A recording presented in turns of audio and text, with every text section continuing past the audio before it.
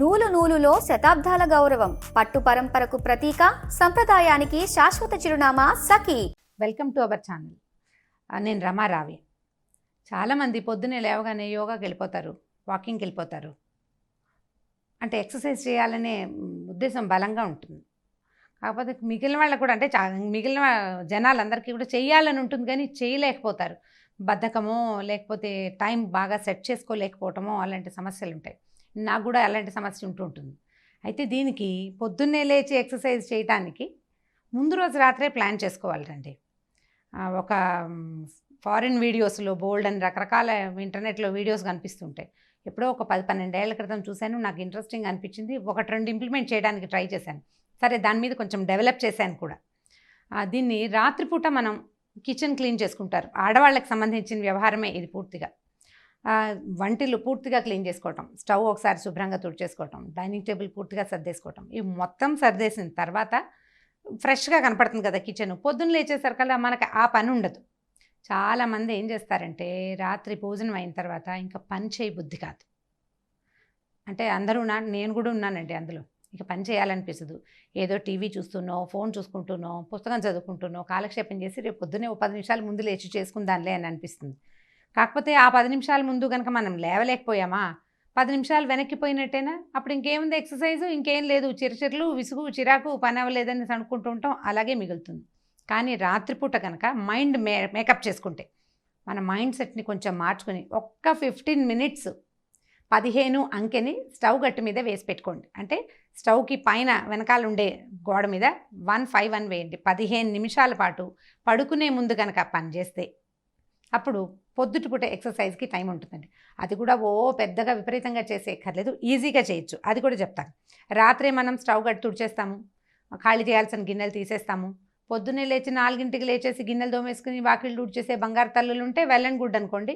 మరి బంగారు తల్లుల్లో లేని వాళ్ళు, మామూలు జనం ఏం చేయాలంటే రాత్రి పని చేసేయాలి. అక్కడి నుంచి పొద్దున్నే లేస్తామా, లేవగానే వంటింట్లోకి వస్తే ఒకేసారి ఒక చిక్కు తీసిన ఫీలింగ్ వస్తుంది చూడండి. బాగా చిక్కుపడిన జుట్టును తీసేస్తే ఎంత ఫ్రెష్ ఫీల్ వస్తుంది, అలాంటి ఒక మంచి ఫీల్ వస్తుంది కిచెన్లోకి రాగానే.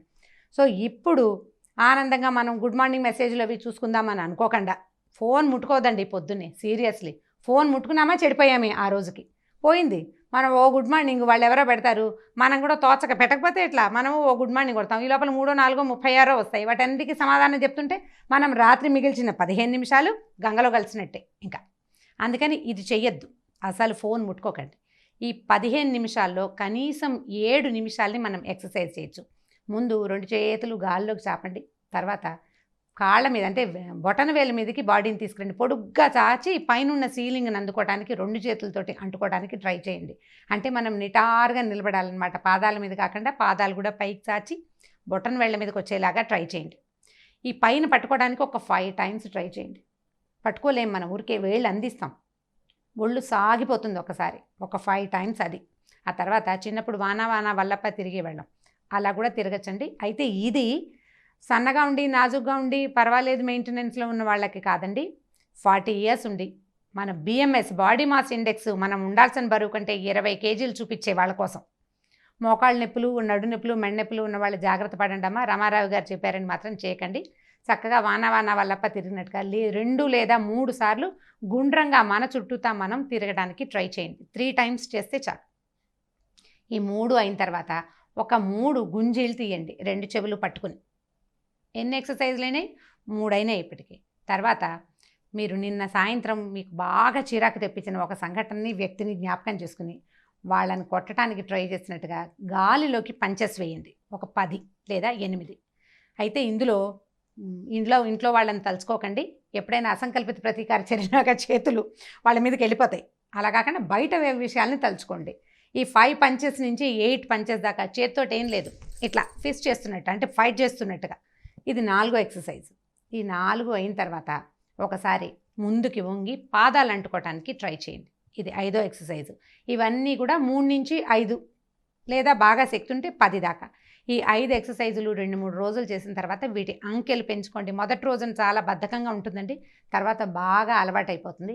ఇది కనుక మీరు రెగ్యులర్గా చేస్తే ఒక వారం రోజులు తిరిగేసరికి మీ పర్సనాలిటీలో వచ్చిన డిఫరెన్స్ మీకు తెలుస్తుంది. 10 రోజులు పోయాక జనాలకు అర్థమవుతుంది ఈవిడేదో కొంచెం స్లిమ్ అవుతోంది అని. అండ్ యాక్టివ్గా అవుతుందండి. రాత్రి మిగిల్చుకున్న 15 నిమిషాల్లో కనీసం సగం టైంని మీ శరీరం కోసం వినియోగించుకోండి. స్మాల్ ఎక్సర్సైజెస్ చాలా చిన్నవి. దీనికోసం మళ్ళీ ఇంటర్నెట్ చూసి 7 మినిట్స్ యోగా చూసి దానికి మళ్ళీ యోగా మ్యాట్ వేసుకుని పైజమా వేసుకుని దానికి టీషర్ట్ వేసుకుని అవి ఇవి కొనుక్కుని ఏమీ కష్టపడద్దండి. మీరు ఏ నైటీతో ఉన్నారో, ఎలాంటి డ్రెస్సింగ్తో ఉన్న, చీరలతో ఉంటే సరి, ఎలా ఉన్నా సరే ఇవి 5 చేయొచ్చు. ఇవి దేనికి ఇబ్బంది పెట్టవు. ఈజీగా సింపుల్గా చేయొచ్చు.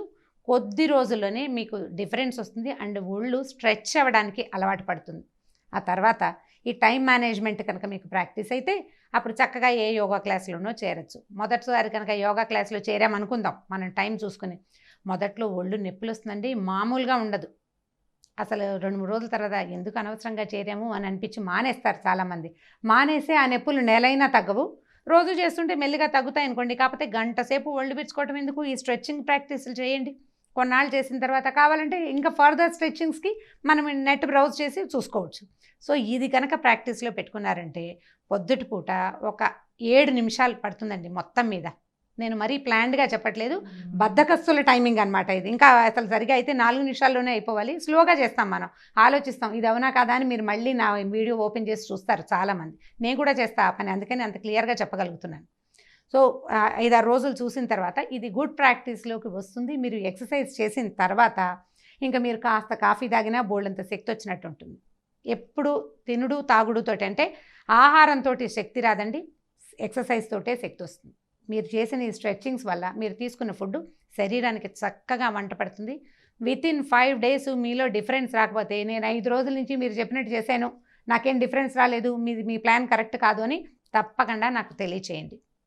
ఈ వీడియో కనుక మీకు నచ్చినట్లయితే లైక్ చేయండి, షేర్ చేయండి. మరిన్ని వీడియోస్ కోసం సుమన్ టీవీ లైవ్కి సబ్స్క్రైబ్ చేసుకోండి. సుమన్ టీవీలో మీ పర్సనల్ అండ్ బిజినెస్ ప్రమోషన్స్ కోసం కింది నెంబర్కి కాంటాక్ట్ చేయండి.